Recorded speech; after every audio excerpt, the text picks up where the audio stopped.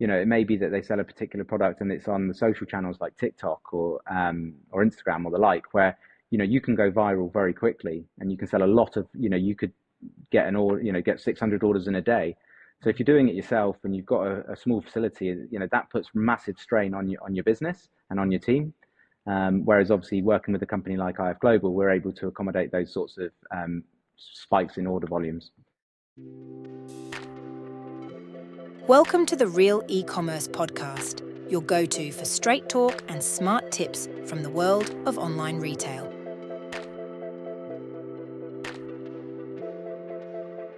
I'm delighted to be joined by Troy Kniveton. Thank you very much for joining us. Thanks, Adam. Pleasure to be a part of this. So I've obviously got some personal experience with IFGlobal, having used your fulfillment services for a business I had in the past. But can you tell us a little bit about the history of the business? And I know it's kind of been around for nearly 20 years now. So yeah, just a little bit about IFGlobal, if you don't mind. Yeah, not a problem. Yeah, so IFGlobal, we've actually undergone a rebrand recently. So I think it was June we rebranded to IFGlobal. Prior to that, we were called iFulfilment, and we were established in 2002. We're a privately owned business owned by an individual called James Bartlett. And yeah, we're based here in Dorset, in Christchurch in Dorset. We've got two facilities here in Dorset. We've got one facility in Germany, and then we've got two facilities in the US, one in Las Vegas and one in Virginia. And actually, I believe once this podcast is released, actually, this will be new news, but we're actually just taken on a brand new facility in Las Vegas. So really excited about that. Is that for entertainment purposes rather than fulfillment, or is that? Yeah, no, purely fulfillment, strictly business, as you can imagine. But with the US being so big, we do need an East Coast and a West Coast facility, and having a facility in California isn't the most ideal place to have a warehouse. So we actually had our first Las Vegas facility 2 years ago, and we've just seen extreme growth in that market. So we've actually had to take out an additional facility to ensure that we can maintain and handle that growth. So it's really exciting. What did you say about California? Why were there complications there, if you don't mind me asking? Yeah, it's not very tax efficient to have a business in California and to store stock in California. The labor rates and everything like that are a lot more expensive. So essentially, from a warehouse perspective, obviously, you're only essentially serving or servicing the California market. So with Vegas just on the outskirts of California, it's a prime place and the labor pool obviously being kind of really good, but also more cost effective. It's a better place to store stock and ship into California rather than storing your product in California. Okay, that makes sense. And kind of over the years, I saw a stat on your website that you shipped over 1 billion products since 2002. Do you have any idea on the number of orders that you ship annually or anything like that? Yeah, for sure. So it's obviously grown over the years. So yeah, I believe that it's been a billion items that we've shipped or products that we've shipped. In terms of order volume, we average between 115 to 250,000 orders per month across all sites. And we're anticipating another 15 to 20% increase on that next year. So yeah, we're seeing some really decent volumes within the industry as well. We're coming into peak now, so peak selling period. So that's when, yeah, we're almost doubling, if not tripling, the output across November, December than we are in, as an example, May. So it puts quite a strain on the business in terms of resource and demand. But obviously through demand planning, we can ensure that we can handle that, manage that resource and ensure that we can deliver on time and meet SLAs for the amazing brands that we work with. Yeah, and some of the SLAs I've seen are really impressive. So kind of 99.9% on-time dispatch, 99.99% order accuracy. So like this is all down to a really proven, well-oiled machine that you've built over the last 20 odd years, right? That's correct, yeah. So the three kind of pillars to how we operate the business, I guess, is people, platform, process. I think to break that down, it's having the right people who are well experienced in terms of delivering fulfillment and both direct to consumer and B2B fulfillment. The right platform. So we've got our own proprietary software called Blade Pro, which is designed over a course of the last 15 years specifically for us to deliver the processes that we've developed over the course of the last 22 years. So by combining the three things, we can ensure that we can deliver those great SLAs. It is logistics at the end of the day, so mistakes and issues do happen, but I think that's when you can move away from having strict processes and the right people can ensure that obviously whatever kind of happens, we've got the right people to deliver and turn that around to make sure that we're fixing those problems.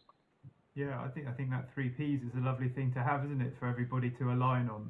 And for sure, the thing you said is that people's first. So you're a people-based business, and having of the course. right people to do the job and that care about doing it, I think is massively important. I think that's the bit that I've always got from you guys is, although you're a big business in comparison to say some of the businesses that might use you and some of the big global fulfillment agencies, it very much feels like you're still dealing with a family business.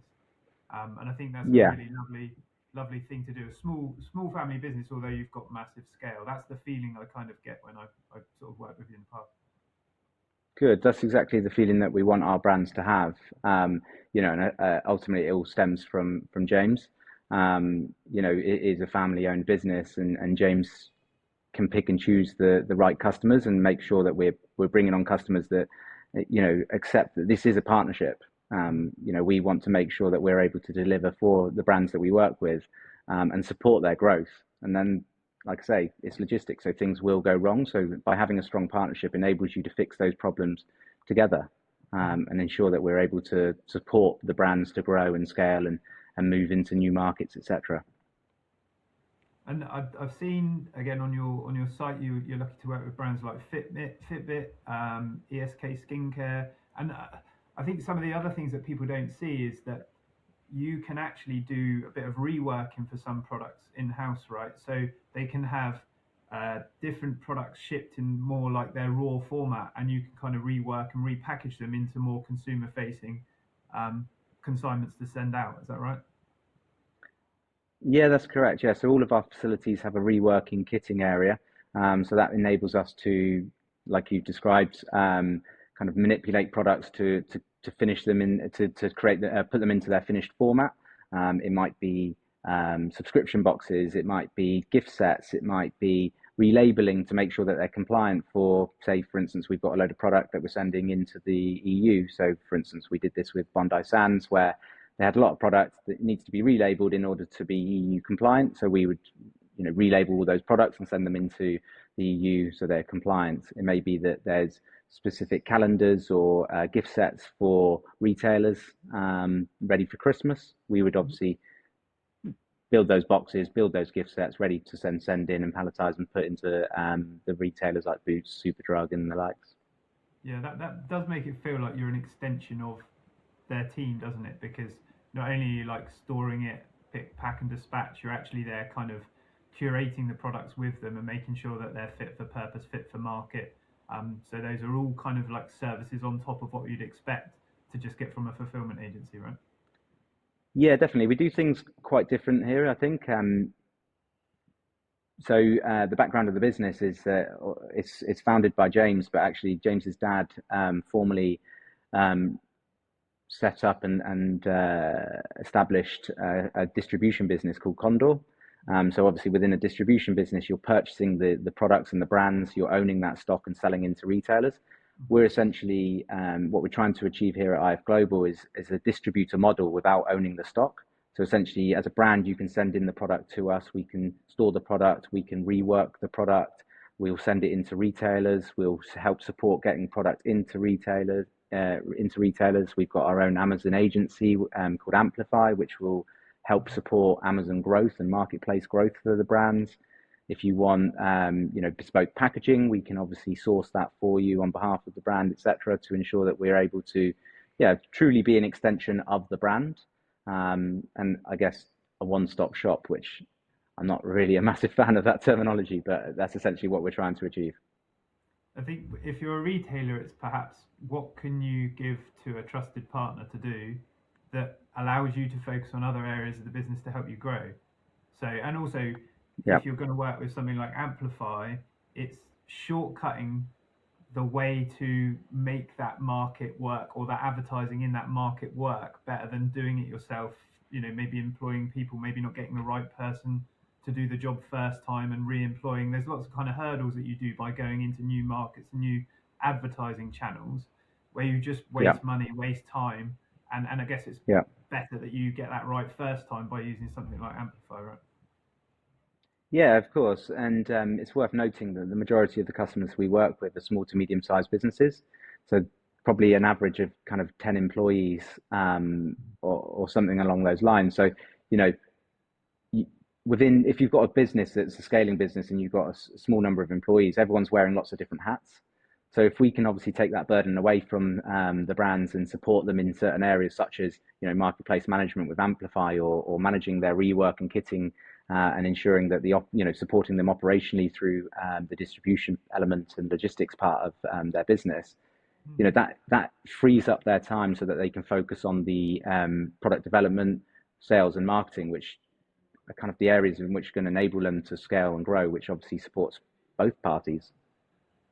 And that kind of leads on quite nicely to something that we wanted to chat about, which is when do you think is the right time for retailers to consider a move to fulfillment?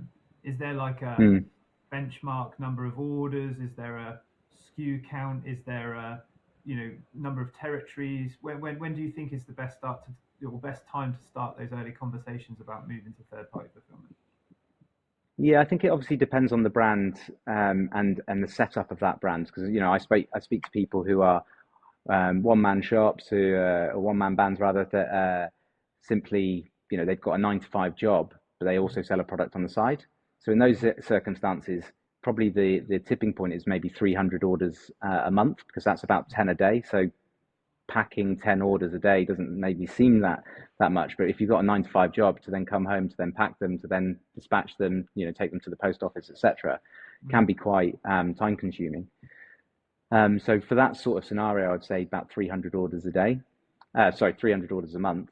But then other businesses we've worked with who are kind of have done it and have built and scaled a brand, kind of in-house, and have their own facilities, etc., but are looking to then go to that next level where they can actually turn on the marketing budget to ensure that they're growing even more.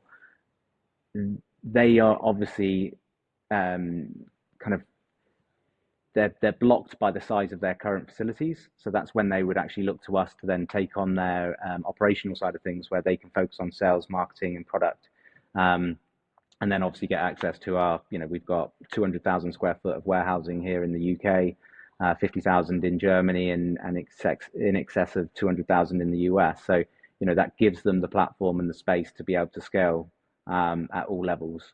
So in terms of the original question, when is it a good time to outsource? It depends on the individual and the business, but I think that rule of thumb would say at least 300 orders a month. Okay, so that's like an entry level. There must be other kind of things that you're going, hang on, this isn't working, or this is creaking a little bit. And for me, that was always when we used to get a big delivery, that would be everybody in the business almost has to stop for the day and help unload a Yeah. container or several containers. And that meant everything ground to a halt at that point. You'd have things like warehouse people who were on holiday sick, and you'd only have a very limited warehouse team, maybe even one person at times. And if that person was off, you're suddenly, again, someone else has got to fill in and dispatch the orders, or you've got to delay orders going out. So these are all other things that I think if you're a retailer and doing your self-fulfilled stuff at the moment, these are things that probably are pain points for you right now, yeah? Yeah, for sure. And I think also it's worth noting that kind of the way the channels in which people are selling these days have changed quite a bit, right? So, you know, it may be that they sell a particular product and it's on the social channels like TikTok or Instagram or the like, where, you know, you can go viral very quickly and you can sell a lot of, you know, you could get an order, you know, get 600 orders in a day. So if you're doing it yourself and you've got a small facility, you know, that puts massive strain on your business and on your team. Whereas obviously working with a company like IFGlobal, we're able to accommodate those sorts of spikes in order volumes. But to your point exactly, I mean, cash is king for small to medium sized businesses. So when you're starting up, that's the most important thing, to focus on the cash and make sure that you're not overspending. But it will come to a point where actually the operations part of the business is actually hindering you from taking the business to the next level. And that's, and you'll know that. You've given examples for yourself, so the brands will know that, and that's the point where they need to kind of. But if they plan ahead, they know that before they get to that stage, they're able to find the right partner, get their product and set up in with that partner, and then they can seamlessly grow essentially. Is there a transition point in the middle where, have you seen retailers where they might keep some for their own warehouse and then maybe move the faster moving lines to you to service, and then you have like this split warehouse? Is that possible with the software? It is possible. It is possible. We don't tend to see, if we're going to see a split. Truth is that you generally see a split where the fast moving kind of high output side of the business, which may be or typically is the direct to consumer part of the business, would generally be outsourced, and then they may take care of the B2B side of things. Okay. We obviously offer both, so we can fulfill into both direct to consumer and major retailers, Sainsbury's, Walmart, Harrods, Tesco, Superdrug, Boots, etc. So we take care of both, but I think it's also worth noting that, when you outsource your fulfillment, it's not a fixed cost, it's a variable cost. So the more product you have stored with us, your costs go up. The less you have, the costs go down. If you've got your own facility, it doesn't matter how many pallets or how much product you've got within that facility, your costs are the same and they're fixed. So during peak season, you're paying just as much as you are during non-peak, when cash is coming a lot less. So there's less sales being made. So I think that's really important to understand, so that actually I would suggest, if you're going to outsource it, outsource the whole thing. And I would argue find a fulfillment partner like IFGlobal, where we can do both direct to consumer and B2B. So you've got all of your stock in one place and one stock pool for us to pick from. And if you've got that demand planning and you've got a really good and robust supply chain, you can probably make efficiencies within that to store less, and kind of, like you're saying, save on that warehouse space, because you've got an efficient goods in, you've got a good returns process, you've got all of that kind of, and you've got the software that's helping you plan demand. Should Correct, hopefully mean that you become more efficient and actually have to store less stock anyway, right? Yeah, definitely. And I think it for sure, through our operating system, Blade Pro, it highlights slow moving stock. So, if you've got your own facility, then having, I don't know, 10, 20, 30 pallets of stock that's not moving, like I said before, doesn't impact your monthly, warehouse costs. They remain the same. Whereas obviously once you've outsourced, you're getting charged for each one of those pallets on a weekly basis. So essentially it highlights that actually these SKUs aren't moving. So it's probably good time to actually, put a promotion on, get rid of these SKUs and actually not reintroduce them into your portfolio, because you're not making any money from them. The other saving I saw was actually, because you ship so many parcels, you have much better rates with all of your logistics providers like DPD and things like that. So what that meant for me was I couldn't get the rates you could get. So actually some of the cost of pick, pack and dispatch was covered with the discount in the actual logistics rate for sending the box, which I hadn't considered. Yeah, but actually, correct. it was such a good saving, it almost made your service pay for itself. Yeah, correct. Yeah, that's right. Not only that, but within Blade Pro, it's got its own shipping module. So it actually can identify the best carrier based on that exact order. So for instance, you might have a slightly bigger order and it decides that DPD is more cost effective than DHL, or Royal Mail is more cost effective than Every. And then we can write rules within that to ensure that obviously you're getting the best carrier for whatever the rules are. So it might be the cheapest track service possible. So that takes care of itself within the system. But if you're going to do fulfillment yourself, quite often you need to you don't have the array of carriers that we have, and you need to pick one. So all of your eggs are in that one basket. It may be Royal Mail, might be DPD or the likes. Whereas, when you partner with a company like IFGlobal, you've got an array of carriers to work with. And it may be that you only serve like one territory, like the UK, and then all of a sudden you get a swarm of orders from overseas, and you haven't got that set up with your provider, or they don't Ex- cover that territory, and you're stuck again. Correct, yeah. Well, yeah, exactly that. And obviously, you don't have the expertise to ensure that obviously the product, once it arrives in that country, can, pass customs, etc. So you now, fantastic news, you've sold 200 orders into France or Germany, etc. But those 200 orders need to come back because you don't have a commercial invoice attached to them or whatever it may be. So, that's the expertise that we can bring to brands to ensure that they can scale appropriately and sufficiently. And the scaling part, we've touched on Amplify, but like you're quite averse with taking brands that may only have their own single website channel to start with and help them get on new channels like Amazon, and then advertise on Amazon as well and get their listings right. So it's not just you're not just a service that is required for the fulfillment of the product. You're also there to help grow the business with new channels and new marketing strategies as well.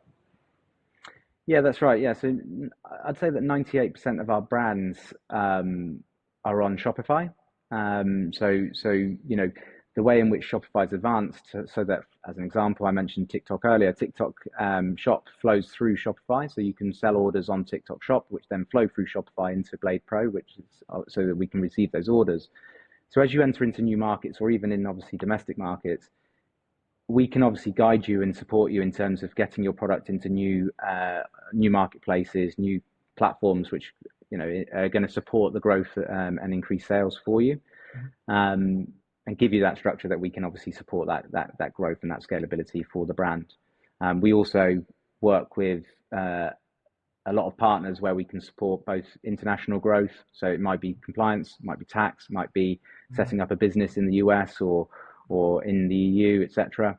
We obviously have logistics teams that we can support in terms of getting that product efficiently to the retailer or through to the end customer.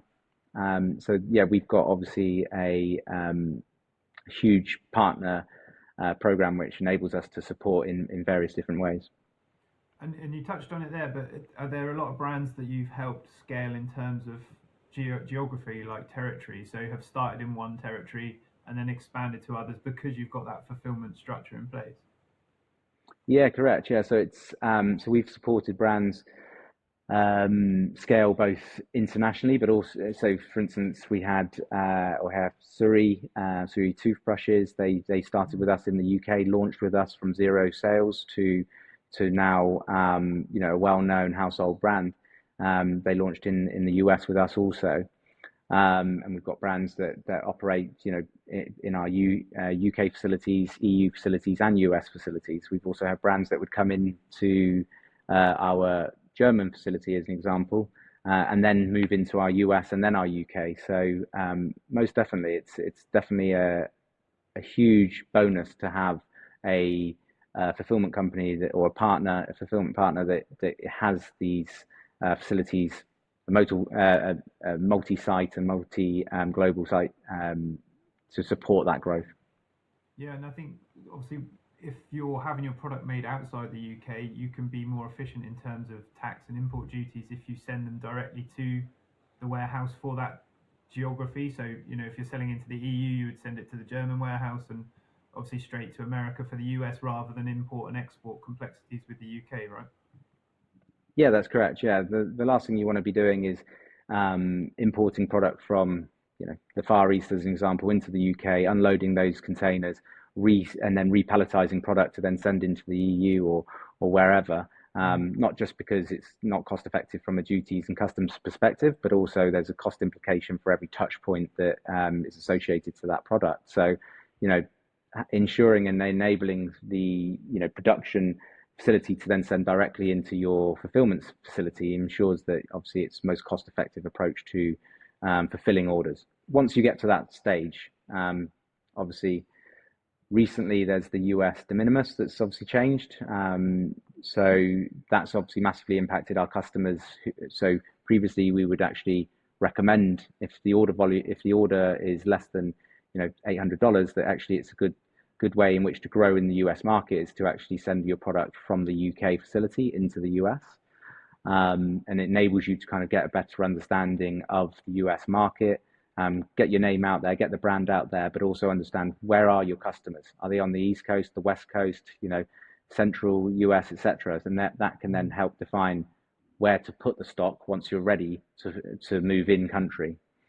But But you yeah, help the retailer decide at source based on like run rates and demand planning, how to split that order, where best to hold it in terms of stock, and then what territories you'd serve from each warehouse. That's down to the relationship with you and the retailer. that's correct. Yeah, that's correct. And in a lot of the cases, obviously, when you've got the volume and the way in which the US is set up, it may be a case that you've got a high demand in both East and West Coast, and therefore you'd split the stock between Vegas and Virginia to ensure that you're as close as possible to the customer, which obviously saves in terms of carrier rates and shipping rates. And you mentioned a second ago with Suri, the toothbrush, they came to you as a startup with no orders. So like that must be a really conscious decision for the brand or the retailer to say, look, we're gonna need this service pretty early on, so let's put our best foot forward and work with a third-party fulfillment center to start with. Is there anything you For sure. needed to see from them as a startup brand that made you have confidence that they would need your service, or that it was the right choice for them to start with you? Yeah, definitely. So both Mark and Guy approached us in November 21, and obviously they came to us with the idea and the proposal of what they were looking to do in terms of launching this sustainable electric toothbrush brand. And obviously, from our perspective, there was no data to back that up in terms of order volumes or anything like that. But obviously, what they did show us was a clear plan and forecast of what they were looking to achieve.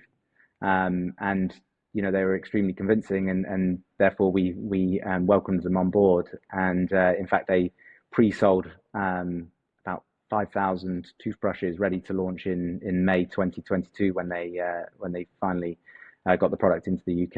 And since then, it's just they've gone global. Fantastic. And they did a lot of that with a pre-sale as well, you're saying. So they didn't have the Yeah, stock. correct. Yeah. As it came in, it then went straight out, presumably.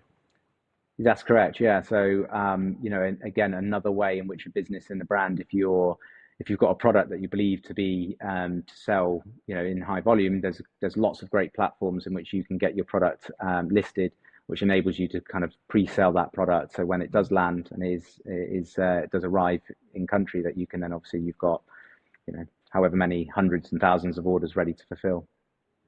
And I guess that's one of the kind of quick wins that they can expect if they're doing kind of pre-sales.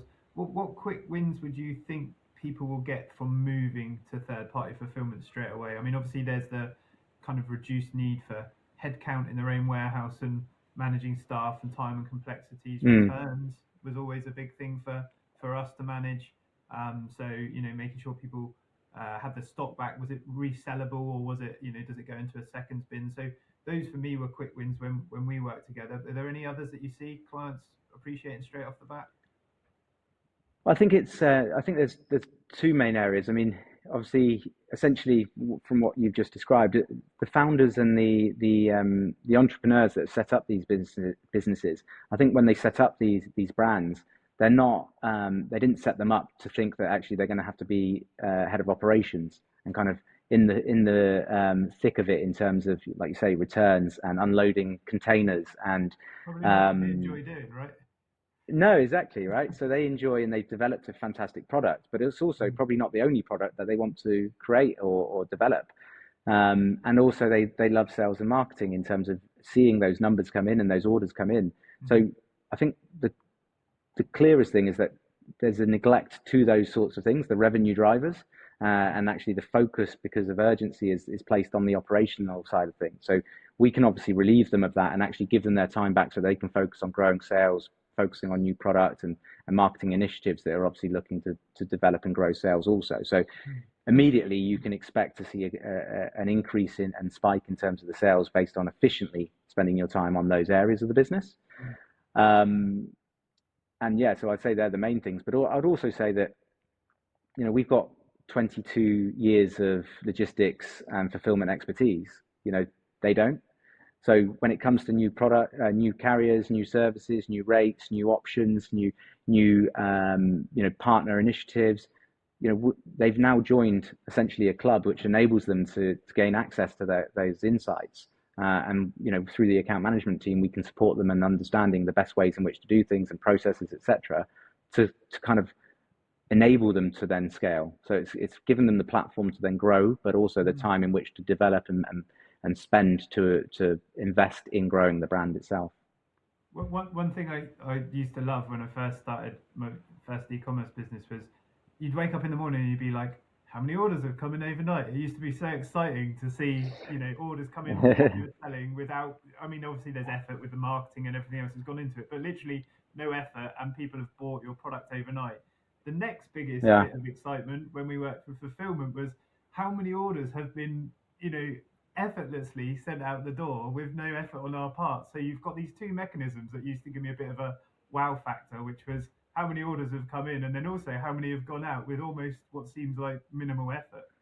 Yeah, Obviously for there's a lot sure. of Yeah. effort behind the scenes with you guys. Well, it's outsourced effort, isn't it? Yeah, no, for Yeah. sure. It's I think the amount of times having I had my own Shopify business also, and hearing that the ka-ching come through when you've made a sale, and then obviously hearing that on a recurring basis is fantastic. But then you've obviously got to realize that you then have to pick, pack, and dispatch that order yourself and take it to the post office. And I think that the realism step kicks in, doesn't it? So I think for sure, we're able to, when you're able to outsource it to a partner like ourselves, we can ensure that you're excited and you're motivated to, how far can you turn the dial on this? Because it's not you that's managing the operations, it's outsourced. So you want to sell as much stock as possible without obviously the repercussions of having to pick it, pack it, dispatch it, and all these things. So it kind of, I saw the excitement in your face then, and it gives that back to these entrepreneurs who, that's the reason why they did that in the first place.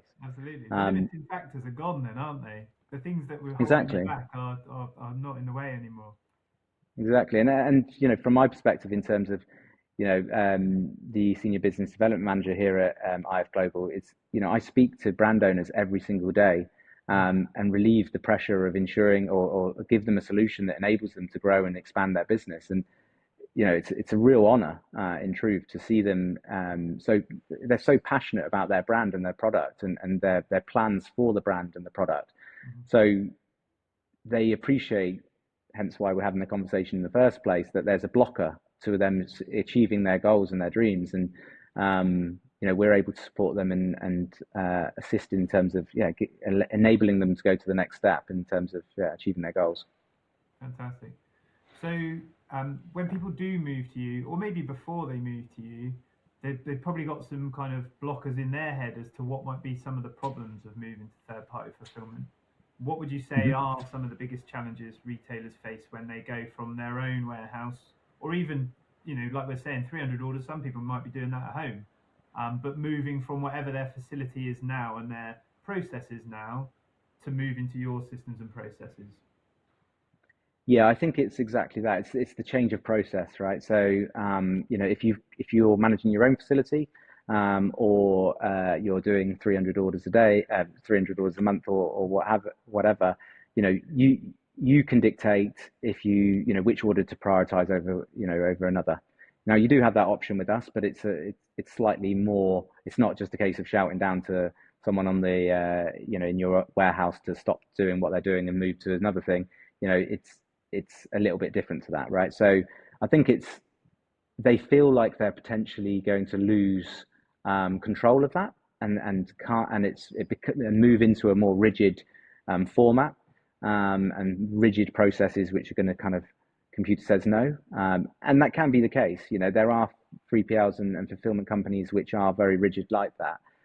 Like you mentioned at the start, I believe we're not like that. We are very much we understand it from the brand's perspective. One of the main reasons why we launched, or why James launched this company, was because he had his own brands. He was an entrepreneur at the start and is still an entrepreneur. So he had his own brands. He understands what it's like to be a brand owner. And we need to respect that and support kind of brand owners. Adapt, I guess, is probably the thing. Okay. And in terms of like the actual integration part of things, you've got out of the box integrations with most of the big e-commerce platforms, so people shouldn't worry from a technical perspective. Because a lot of people who run a Shopify store might think, oh, I haven't got anybody that's going to help me do For the sure. integration piece. But that's all kind of out of the box for you, isn't it? Correct. Yeah. So we've got an onboarding team. So essentially, we will manage that entire project with the customer and with the brand. So essentially, it's a 6 week timeline where we can support the move from their in-house solution to us essentially, and that covers us doing the integration. So we just need access to the Shopify store or WooCommerce store or whatever the shop whatever platform it is that they operate on. We would just need access to that to complete that integration. We'd also test that integration to make sure that once we go live, that it's completely works absolutely fine. And then we'd also work with them to understand and minimize the downtime. In certain, what we try and aim to do is bring in 50% of the stock up front, so that we can then bring in the product, store it away correctly, run the tests, do the integration, and then when we're ready, turn on that integration so that we're then fulfilling orders from that 50% of stock. And then we would then look to bring in the final 50% to ensure that there's no downtime at all. Okay. Again, that comes from being around for years and having that process in place to make sure it's more seamless. Yeah, of course. And predominantly we've been talking about kind of outsourcing for the first time. But of course, a lot of our customers also come from existing 3PLs. And yeah, through our experience, when we've received stock from other 3PLs, bearing in mind you've just left them, it doesn't come in necessarily the best light, the best format. It's not. It does take a bit of time for us to then put that stock away, check in that stock, make sure obviously all the inventory's accurate to what was sent in, etc. So enabling us to have that time, start on a clean slate to ensure that we've got the correct inventory, turn on that integration, then bring the rest of the stock in, and enables minimizes the downtime for the brand. I think there were three things for me when I was looking to move to you guys. The first one was occasionally we do like manual checks on the product to make sure things were as we'd expected, because we would order them from, as you say, like the Far East. They would come in a box, and without any kind of spot checking, we might be sending out ones that had minor defects or things like that. So it was great that you were able to accommodate that kind of manual spot checking and things like that. Another one was that we would occasionally get, like you said, people don't want to lose that hands-on control. So occasionally we'd either get bigger orders that we'd need to scurry around and make sure went out because they were time critical, which I know you've been hugely accommodating of in the past. If it's important to the business, then you've always made that important to you. So that's really good. And in the same respect, being able to put a stop on certain lines or stop on certain products going out because of maybe a fraud query, or maybe there's they want to place another order and it's more efficient to ship it together. So again, those sorts of things have been easily accommodated by you in the past. Are there any others that you think that that you've seen where the team have adapted or changed to the retailer that you've got? Yeah, for sure. So I think all of this stems back from the people platform process, which enables us to be more flexible, both from a platform and process perspective, and obviously from our people in terms of assisting in that. But we've kind of rewritten the software to support brands deliver specific projects. So one, as an example, we've got a customer called Lick Home. So they do paint, and they launched in 2020 during lockdown. And one of the main selling points was that actually you'd buy a sticker to place on your wall to then give you an indication of whether or not you like that paint color. And then you would then place the order and then get the paint delivered. So they basically invented a way in which you can buy paint online. But they came to us with an issue in terms that they weren't able to pick the samples quick enough, because their previous 3PL essentially would have an individual go out and pick each individual sample. So it might be a pink 01 and a black 02 and a purple 03, etc. And that would be time consuming and unscalable. So what we did was we developed a picking wall, essentially pre-sort wall, which enables us to pick 98 orders at once, and then you pick you scan order one, and then it tells you that order one has a black 02, so you can pick a stack of black 02s, put one into the pigeonhole order one, and then it will also say that, it will tell you all of the other kind of orders within that 98 orders that also have a black O2. So you're basically picking and packing all of the colors at once, which enables it to be one picker doing 98 orders in as little as an hour and a half. So it enables scalability, and from that perspective, it was kind of a game changer for them. So that's kind of from a software perspective. But like you've touched on, we've got customers who have reworks consistently happening. We've got bespoke elements with embroidery and these sorts of things where we're able to assist on. And even our offices in Dorset are quite unique. We've got warehouse at the back with a shared office space at the front in a company called SmartBase. It's like co-working, exactly. So the idea or the concept when we developed it was that we could have brands kind of feeling as close as possible to their product. So without having the hassle of, managing the operation essentially. But we've got customers who, regularly come down from London, and then they'll go into the co-working space and can check on their stock, get a feel for the new products coming in, new lines that are coming in, sit down with their account manager to discuss kind of forecasting for the next year, etc. And then just get on with the rest of their day in terms of, going through emails, etc., and have a coffee and relax in a nice space. So, yeah, I mean, we're you to have that kind of closeness, what co-working space right next to where your product's stored. It kind of gives you the feel that you're back with your own warehouse and working right next to it. It's a lovely thing to have. Exactly. Yeah, it's really. I mean, I've personally never seen that before, and I think that it's amazing, and I love showing brands that as well. Even if they don't necessarily are going to take out or use it, I think that it's just it's an amazing facility which kind of gives them a real sense of what we're about as a business and as a company, and that's being inclusive to all brands and supporting all of our brands to grow and scale. Yeah. Yeah, and you were really helpful with efficiencies as well, because at one point we noticed that a lot of our products were getting picked in 10s and 20s, and we were just having boxes of 50 or 100 shipped over. So they would be 10 or 20 picks. But on your recommendations and what you could see through the data was if we actually pack them in inner cartons of 10, that would then be one pick. So we've kind of reduced 9 picks off any one order for 10 or 20 would be 2 picks as opposed to 20 picks. So little things like that you came to us with, which actually saved us on the overall cost of the pick, pack and dispatch as well. So I think that data driven approach and be able to make recommendations and being close to your product so you can see these things is definitely going to help. Exactly, and I think that comes back to the partnership piece, right? So true partnership enables us to kind of come with recommendations on how to save you money and improve our operational picking for ourselves as well. So we want long-term partnerships where we can genuinely add value to our customers, and that's a good example of where we've done so.